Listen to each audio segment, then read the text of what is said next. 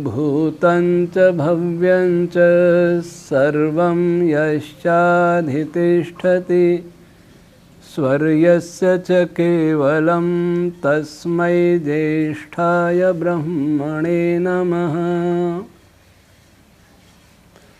भगवान शिव द्वारा निर्दिष्ट धर्म के तीसरे लक्षण दया, इस पर कुछ और चर्चा करते हैं। महर्षि पतंजलि ने कहा, मैत्री करुणा मुदिता मुपेक्षा,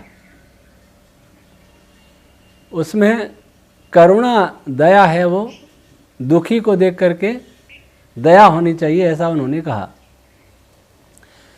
आज हम देखें संसार में दुखी कौन है,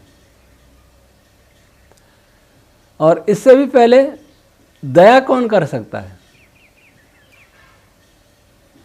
दया की भावना या जितने भी ये धर्म के लक्षण हैं, वो भावना कब आएगी, जब उसके विश्वास हो जाएगा किसी व्यक्ति को कि सभी प्राणियों में मेरे जैसा आत्मा है।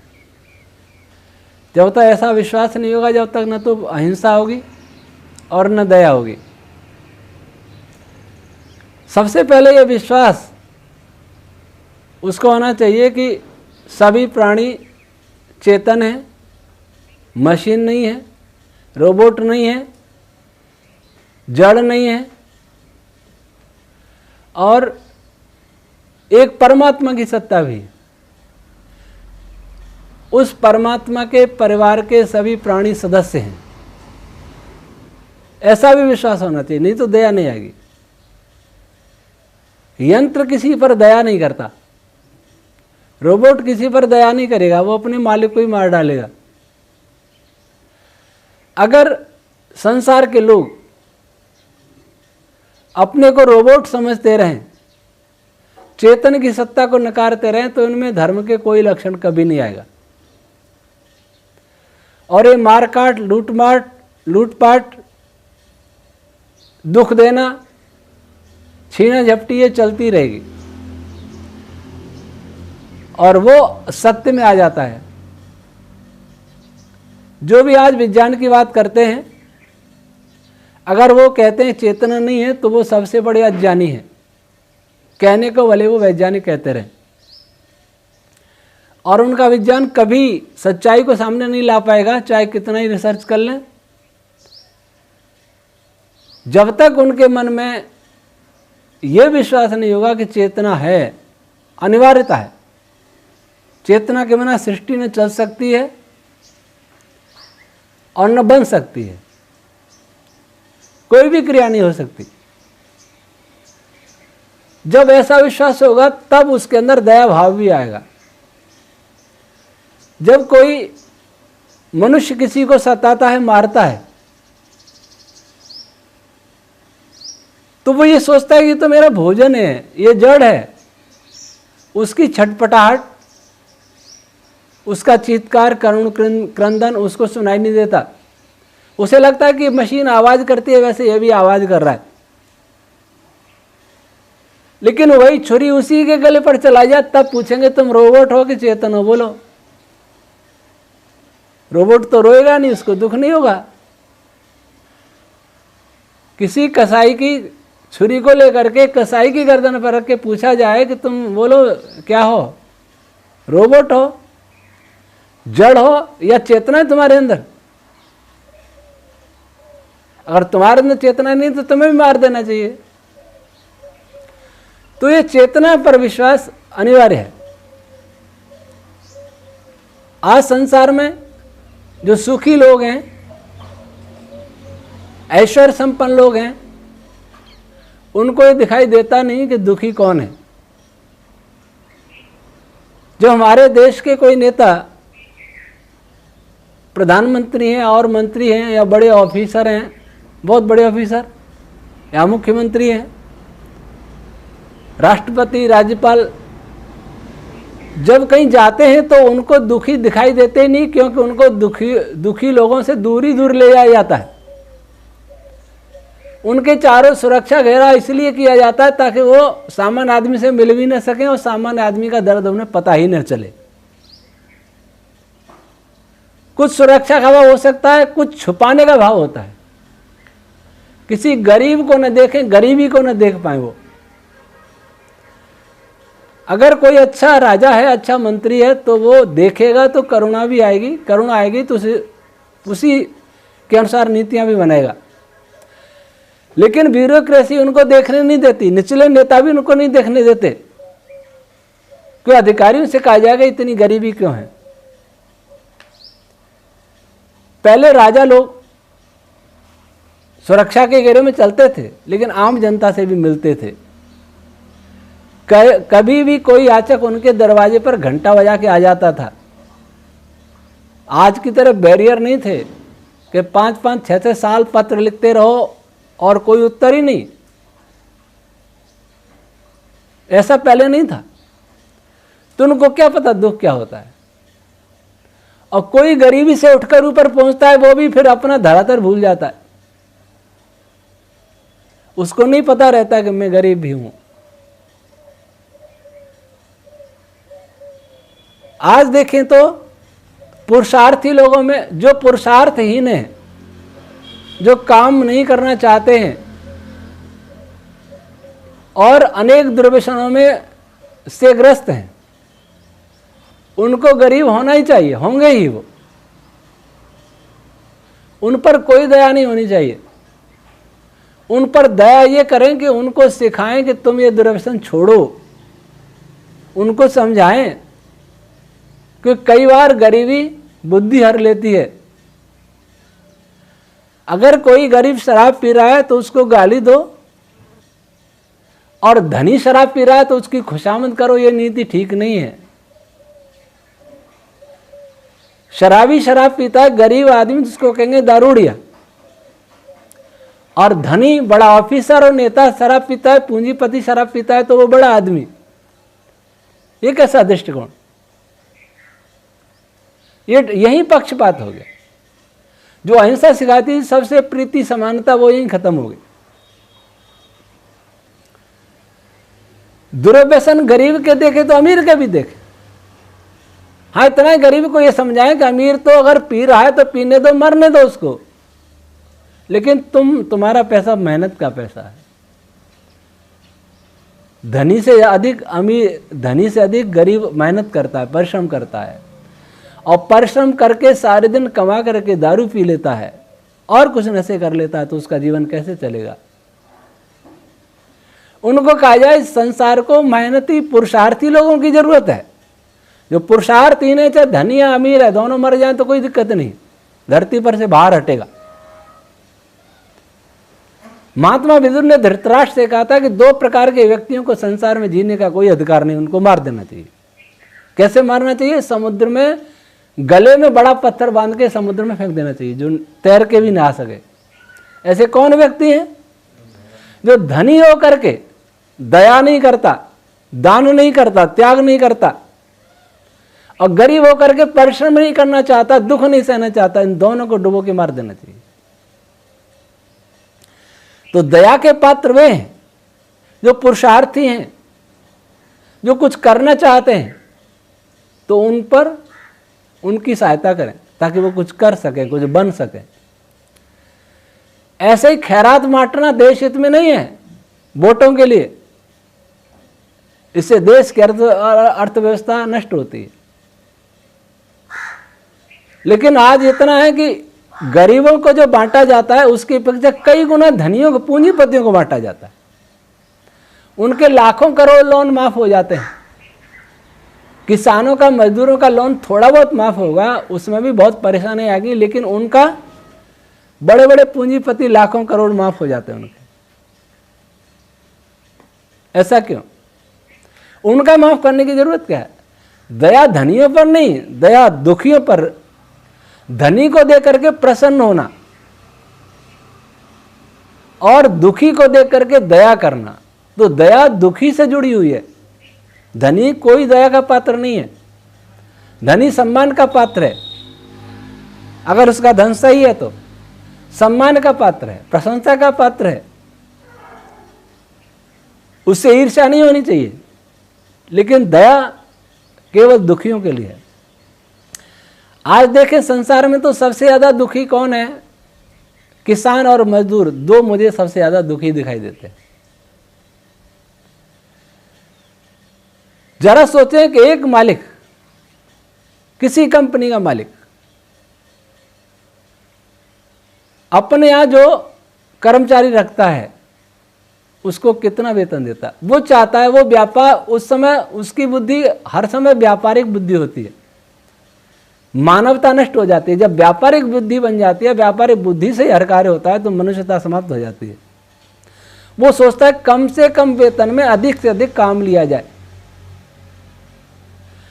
ये भावना रहेगी तो वो गरीबों का शोषण करेगा, दया बिल्कुल नहीं आएगी।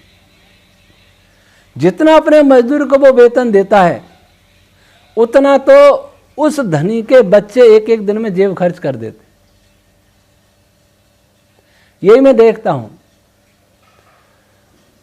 मुझे गांव के किसान के यहां पेड़ के नीचे बैठ करके खाट पर थाली में सामान रोटी खाना ज्यादा अच्छा लगता है, बजाय अरबपतियों के यहां अनेक प्रकार के व्यंजन खाने के। उसमें कई विचार आते हैं, इसने कैसे कमाया होगा, क्या किया होगा, लेकिन किसान मजदूर के यहाँ बैठ करके मुझे खाने में कोई विचार नहीं आता। यही आता है कि इसने कितना परिश्रम करके ये हमें खिला रहा है। मैं एक बार जलपाईगुड़ी गया, 10 दिन का मेरा कार्यक्रम था, शायद 2002-03 की बात होगी। तो अंतिम दिन दक्षिणा के लिए जब सभी लोग देने लगे, कोई 500 दे रहा था, कोई 100 रुपया दे रहा था, कोई 200 रुपया दे रहा था। एक महिला आती थी, एक बुढ़िया, बहुत गरीब परिवार से थी, वेशभूषा बता देती, बहुत वृद्ध थी। उनको कोई आहुति डालने नहीं देता था, पीछे बैठती थी। मैं फिर कहता हूँ माता जी को आगे आने दो। पता नहीं कहाँ से आती थी, किसी गरीब बस्ती से आते होंगे। जब वो दक्षिणा लाई तो अपनी साड़ी के कोने से 5 का नोट बांध लिया था कस के, गिर न जाए, और नोट भी फट गया था, ऐसा बांधा। जब उन्होंने दिया तो मैंने उस बुढ़िया माता में अपनी मां के दर्शन किए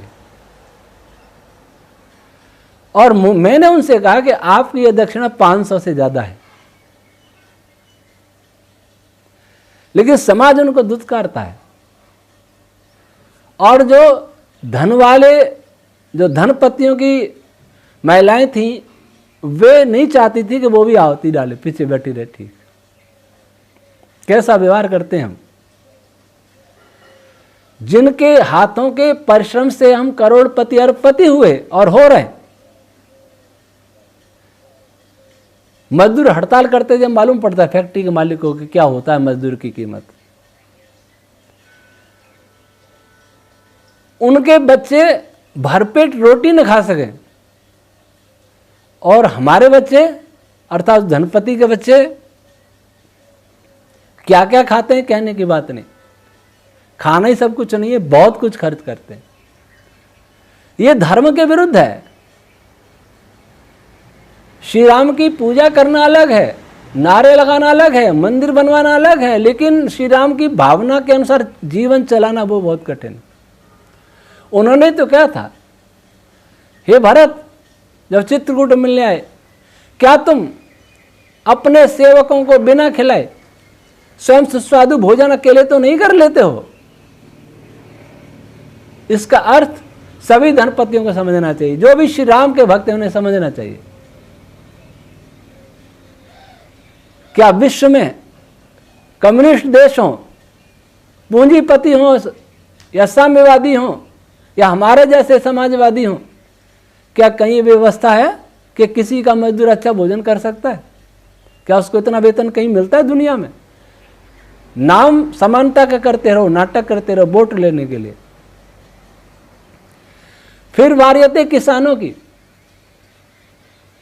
किसान के परिवार को देखें, सारा परिवार लगा रहता है खेती में, बच्चे भी, पत्नी भी, पति पत्नी, बच्चे, उनके पिता माता सब लगे रहते। उनकी मजदूरी जोड़ें तो क्या उनको कभी अपनी मजदूरी मिल पाती है? चाहे कितनी फसल अच्छी हो, वर्तमान में जो अनाज का विक्रय मूल्य, जो समर्थन मूल्य, उससे उसकी मजदूरी कभी नहीं मिलेगी। प्रधानमंत्री जी ने कहा 1.5 गुनी आय करे किसानों की, बहुत अच्छी बात है, पर लागत का 1.5 गुना। पर क्या लागत में उस परिवार की मजदूरी भी जोड़ी जाती है? एक व्यक्ति की मजदूरी 400 रुपया यहाँ लेते हैं, 400 500 मजदूरी की, कड़िया की अलग है, राजमिस्त्री की अलग है। 400 उसकी जोड़ लें, पत्नी की कम देते हैं, 300 उसकी जोड़ लें, बच्चों की जोड़ लें, क्या तो उसको 1000 रुपये रोज का तो उसकी मजदूरी होगी। और जब तक फसल खेत में है वो सब लगे रहते हैं। क्या कोई सरकार मजदूरी दे सकती है? उनको मजदूरी दी जा सकती है? मजदूर तो मजदूरी लेके जेब में रख लेगा, लेकिन किसान के घर, किसान की फसल में ओला गिर जाएगा, उसका वो क्या खाएगा? सूखा पड़ जाएगा तो क्या खाएगा? बाढ़ आ जाएगी तो क्या खाएगा? कितना पैसा मिलेगा सरकार? कोई सोचने वाला नहीं है। अब प्रश्न है कि पैसा कहां से आया इतना सरकार के पास? क्यों लाखों करोड़ जो पूंजीपति हैं उनसे क्यों नहीं ले सकते? समानता की बात करते हो, समाजवाद की बात करते हो, उनसे लेके क्यों नहीं देते हो? बुलेट ट्रेन लाने की योजना है, कितने की आएगी? 8 लाख करोड़ की शायद, सुना था। कितने 8 लाख करोड़ खर्च होंगे उसमें, उसके सारा पटरी में और ट्रेन में 8 लाख, बहुत दिन पहले सुना 8 लाख करोड़। 8 लाख करोड़ में किसानों का कितना भला हो सकता है? उनका समर्थन मूल्य वे तय करते हैं जिनको जानकारी नहीं, जिन्होंने खेत देखा ही नहीं है। वहां जाके रहो। गरीब किसानों घर जाएंगे तो ऐसे घर जाएंगे जहां वो बहुत वीआईपी फार्म हाउस तो उसने टैक्स बचाने के लिए बना रखा है।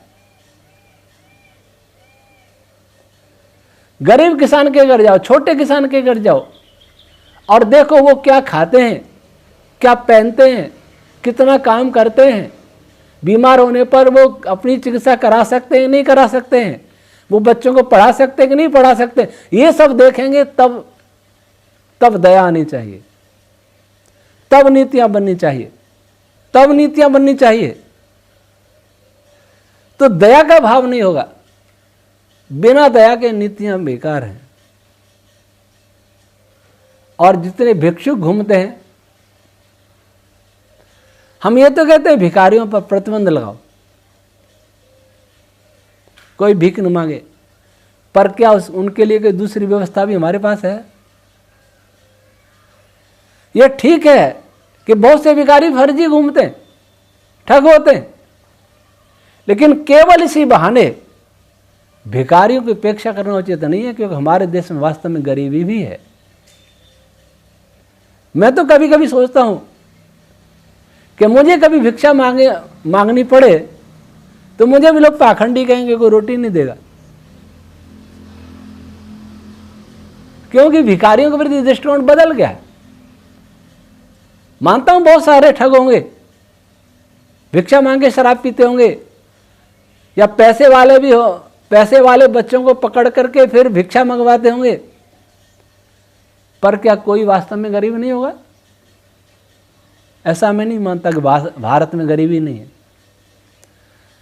हाँ, उनको कहें तो अब कहें कि उनको काम पे लगाओ। मैं ही कहीं जा रहा हूं, मैं किसको काम पे लगा सकता हूं? मेरी जेब में है वो ही दे सकता हूं कि काम दो। कौन देगा काम? उनको पूंजीपति काम दे सकता है, सरकार काम दे सकती है। मैं काम कैसे दूंगा? हर आदमी उनको काम कैसे देगा? तो ये कहना सरल है, लेकिन काम देने की योजना तो गवर्नमेंट ही बना सकती है। मेरे सामने कोई हाँ, उनको खाना खिलाते हैं, अच्छी बात, लेकिन कोई बीमार हो और बीमारी के लिए पैसे मांग रहा हो तो खाना खा के क्या होगा? बहुत कुछ सोचना पड़ेगा। अगर वो गलत कर रहा है तो अपना भोगेगा।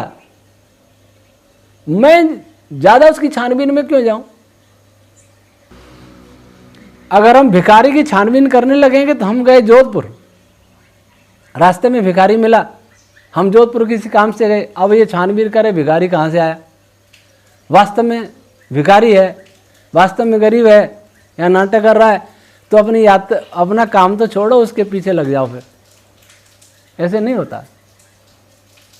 वो करेगा, अपना कर्म भोगेगा। हमारा दया जो गुण है वो कहाँ काम आएगा। कई तो ऐसा दुत्कारते हैं जैसे वो पशु आ गया, ऐसा दुत्कारते देखा है। क्यों तुम गाड़ी में बैठे हो तो क्यों तुम्हारी जेब में पैसा इसलिए दुत्कार रहे हो, उसके पास भी गाड़ी होती तो हिम्मत नहीं होती आपकी दुत्कारने की। वो गरीब है इसलिए ना, वो दुखी है इसलिए ना। कहाँ आस्तिकता का गुण है। अगर हमारे पास नहीं है, संयोग से नहीं है, तो प्रेम से भी समझा के मना कर सकते हो, लेकिन अपने लिए तो निकल आएगा कहीं से, दूसरे के लिए नहीं है। इसलिए संसार के सभी लोग इस दया गुण को अपना लें तो दुनिया में शांति हो जाए। दया वाला कोई आतंकवादी नहीं बन सकता, दया वाला कोई ठग नहीं बन सकता, दया वाला कोई कसाई नहीं बन सकता, कोई मांसाहारी नहीं बन सकता, कोई मछली खाने वाला नहीं बन सकता, दया वाला अंडे नहीं खा सकता, दया वाला किसी को लूट नहीं सकता, और दया वाला किसी का शोषण नहीं कर सकता। जो भी इस वीडियो को सुने, अगर वो धन संपन्न है तो ये देखें कि उनके यहां काम करने वाले कर्मचारी का जीवन स्तर क्या है और कैसा होना चाहिए। क्या उनकी सामान्य आवश्यकताएं पूरी हो सकती हैं जो वेतन देते हो उससे, ये सोचना चाहिए। नहीं तो आपका पूजा पाठ, भगवान शिव की पूजा, ये सब पाखंड है। दया भाव होगा, इस पृथ्वी से पैन वेव समाप्त हो जाएंगे, क्रोध की वेव समाप्त हो जाएंगे, ईर्ष्या की वेव समाप्त हो जाएंगी, हिंसा की, ये सब समाप्त हो जाएंगे, और पर्यावरण बहुत शुद्ध होता चला जाएगा। सत्य की तरंगे, प्रेम की तरंगे, दया की तरंगे, प्रेम और दया की तरंगे मिलकर के सारे एक ब्रह्मांड के संतुलन दे सकते हैं। ये हमारे विशाल आर्य पूछ रहे हैं कि दया का भाव हर समय कैसे आए हमारे अंदर। दया का भाव कब आया? आत्मनि प्रतिकूलानि परिसामना समाचरित। एक तो ये, और एक ये दूसरों के साथ वह व्यवहार करो जो हमें अपने लिए प्रिय लगता हो। तभी कल्पना करो कि जैसे ये भिखारी भीख मांग रहा है, या मेरे घर में कोई नौकर काम कर रहा है, या कोई बुढ़िया हमारे यहाँ नौकरानी का काम कर रही है, तब हमारे मन में भाव है कि मेरी माँ भी ऐसी नौकरानी होती और उससे उसका मालिक ऐसा व्यवहार करता जैसा मैं इसके साथ कर रहा हूं, तो मुझे कैसा लगता। उस बुढ़िया नौकरानी में अपनी माँ को देखो तो दया आएगी। मत देखो माँ को, ये तो देखो कि ये भी परमपिता परमात्मा का परिवार की एक सदस्य है और मैं भी इसी का सदस्य हूँ। इससे हमारा संबंध सबके प्रति समान होगा। किसी से भाई का होगा, किसी से बहन का होगा, किसी से माँ का होगा। ये संबंध होंगे तो निश्चित रूप से दया आएगी। और ये भी सोचें कि आज इस जानवर को हम मार रहे हैं, कल को ये जानवर मनुष्य बनेगा और मैं जानवर बनूंगा, तब ये भी मुझे मारेगा, तब क्या होगा। अगर ईश्वर सब जगह अनुभव होता है, ऋषि दयानंद से जो ब्रह्म सत्य जगन मिथ्या वाले अद्वैतवादी कहने लगे कि दयानंद का घूमते हो, ये तो संसार मिथ्या है, ब्रह्म ही सत्य है, ब्रह्म की उपासना करो, क्यों क्यों बखेड़े में पड़े हो।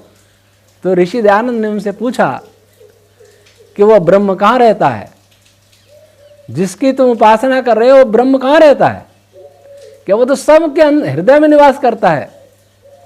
तो सबके हृदय में निवास करता है तो क्या तुम्हें सबका ध्यान है? देश पराधीन है, स्त्रियों की क्या दशा है, शूद्र वर्ग की क्या दशा है, कितनी निर्धनता इस देश में आ चुकी है, कितने लोग दुखी हैं, कितने लोग नंगे हैं, कितने लोग भूखे हैं, क्या उनमें ब्रह्म नहीं है? आप कहते हो ब्रह्म सब में है, तो इनकी चिंता कौन करेगा? मुझे तो इनके दुख दूर कर करके ही मेरा तो मोक्ष हो जाएगा, क्योंकि ब्रह्म उनके अंदर भी है। तो जब हम ब्रह्म को सबके अंदर देखेंगे तो हमें निश्चित रूप से दया भाव आएगा। हम कहने को कह देते हैं ईश्वर घट घट वासी है, व्यवहार में नहीं आता, व्यवहार में बहुत कठिन है।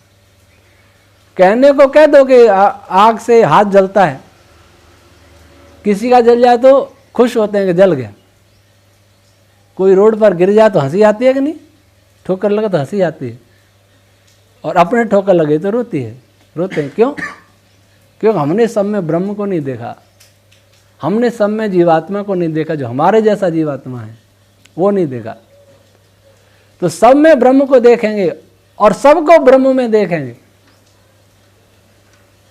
तब हम सबको अपना भाई समझेंगे, सबको अपना परिवार का सदस्य समझेंगे। जैसे परिवार के सदस्य पर दया करते हैं, आज तो परिवार के सदस्यों पर भी दया नहीं। पत्नी पत्नी को मार डालती है, अवैध संबंध, पति पत्नी को मार देते हैं, बच्चे बाप बाप को मार देते हैं, बाप बेटों को मार देते हैं। दया तो वहां भी नहीं रही। वहां भी क्यों नहीं रही? वहां भी वो ब्रह्म को नहीं देखते, इंद्रियों की लोलुपता में फंस जाते हैं। वहां ब्रह्म नहीं याद आता, वो ब्रह्म मानते नहीं है। ब्रह्म इतना ही मानते, मंदिर में जाके पूजा कर ली, आर्य समाजी हवन कर ली, इतना मानते हैं। उसके बाद 24 घंटे बाद हवन होगा। वैसे सब करते नहीं हवन, मैं 24 घंटे बाद कह रहा हूं। कभी कभी होली दिवाली कर लिया, या मान लीजिए कोई 24 घंटे में करता है, 12 घंटे में करता है, संध्या भी करता है, उस समय तो ओम स्वाहा होता है। वहाँ भी मंदिर में श्री राम जय राम होता है, ओम नमः शिवाय हो रहा है देवालयों में। परंतु ओम नमः शिवाय के बाद वैसा ही जीवन होता है जैसा ओम नमः शिवाय नहीं बोलते उनका जीवन होता है। वैसा ही जीवन होता है जो नास्तिक हैं उनका जीवन होता है। वैसा ही जीवन होता है जो ठगों का जीवन होता है। सुबह दुकानदार दुकान खोलता है, अगरबत्ती करता है, खूब आरतियां पता नहीं किन किन की बोलता है, उसके बाद वही ठगी शुरू। कहाँ दया? ग्राहक के प्रति दया है क्या? कई तो गला काटते हैं, कितना लेते हैं, कितना प्रॉफिट लेते हैं, दया कहाँ है? इसलिए सब में ब्रह्म को माने और सबको ब्रह्म में माने, तुम्हारा संबंध परिवार जैसा हो जाएगा।